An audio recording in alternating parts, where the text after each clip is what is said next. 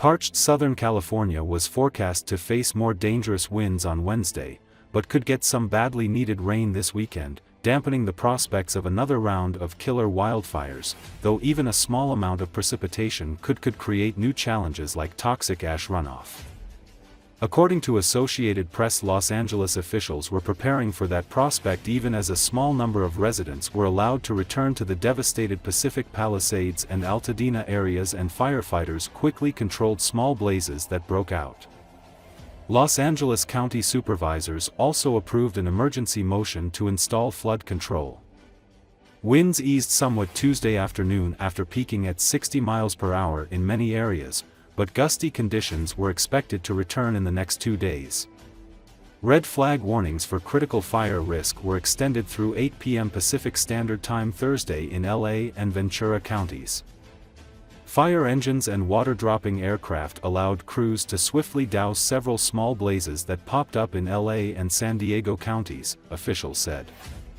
Firefighters also battled the clay fire in Riverside County, east of Los Angeles, according to CAL FIRE, the state firefighting agency.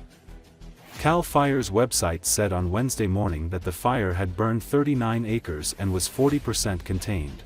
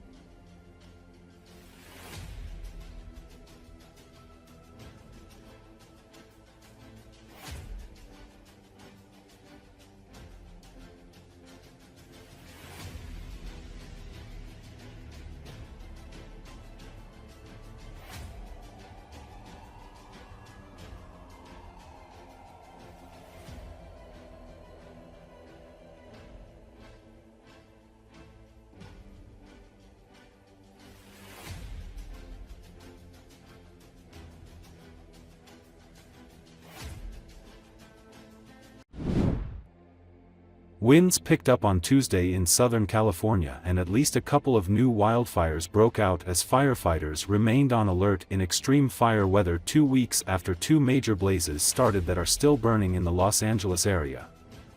According to Associated Press, gusts could peak at 70 miles per hour along the coast and 100 miles per hour in the mountains and foothills during extreme fire weather that is expected to last through Tuesday morning. Wind speeds ranged from 35 miles per hour along the coast to 63 miles per hour in the mountains overnight, according to National Weather Service reports. The Weather Service issued a warning of a particularly dangerous situation for parts of Los Angeles, Ventura, and San Diego counties from Monday afternoon through Tuesday morning due to low humidity and damaging Santa Ana winds. At least 2 small fires started in San Diego County. Evacuation orders were issued for the Lilac Fire, which had burned about 50 acres. It was growing, with a moderate rate of spread, and structures are threatened, the California Department of Forestry and Fire Protection posted. Firefighters made progress on the Paula fire and it was reported as stopped, the agency said.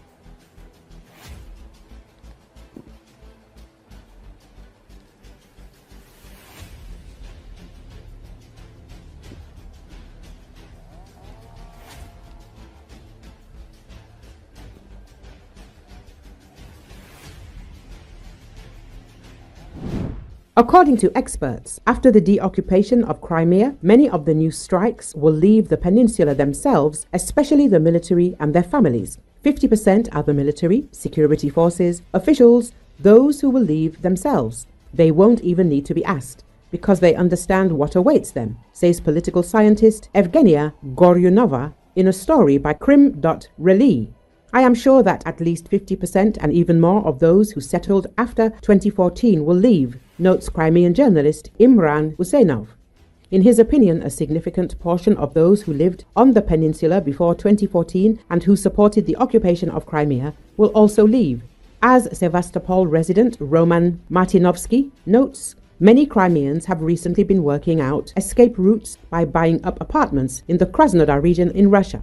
They just buy them and then rent them out, but I understand why they do this. This is a kind of backup airfield in case things get hot in Crimea, he says. He noted that he personally knows a lot of people who bought apartments outside of Crimea, rented them out, and are watching how things develop further. Earlier, the main intelligence directorate of the Ministry of Defense of Ukraine has appealed to Russians to leave Crimea while the option exists. This call is really important and should be taken seriously for several reasons. The first is that Crimea is crucial in Russia's war against Ukraine, and the Ukrainian armed forces are unlikely to stop until they liberate the occupied peninsula. The second reason is that, according to a representative of Ukrainian intelligence, they will try to cut Crimea off from Russia so that Moscow cannot use the peninsula for military purposes and, in the end, make a so-called Crimean gesture of goodwill. That is, judging by these statements, the Russians were given the opportunity to leave Crimea on their own before Ukrainian troops entered. Recall Ukraine's strikes on the Black Sea Fleet headquarters and other sites have highlighted the vulnerability of Crimea's facilities. As a result, Russia currently does not plan to fully return its fleet to Crimea, according to Ukrainian Navy spokesperson Dmytro Pletenchuk. According to Pletenchuk, the situation in the Black Sea and the Sea of Azov remains stable. Russian forces keep their vessels at a distance from Ukraine's defense forces, but rely on aviation to patrol Crimea's western and southern coast. The enemy continues to avoid the Sea of Azov and their fleet. What could be deemed combat ready remains based in Novorossiysk, Pletenchuk said.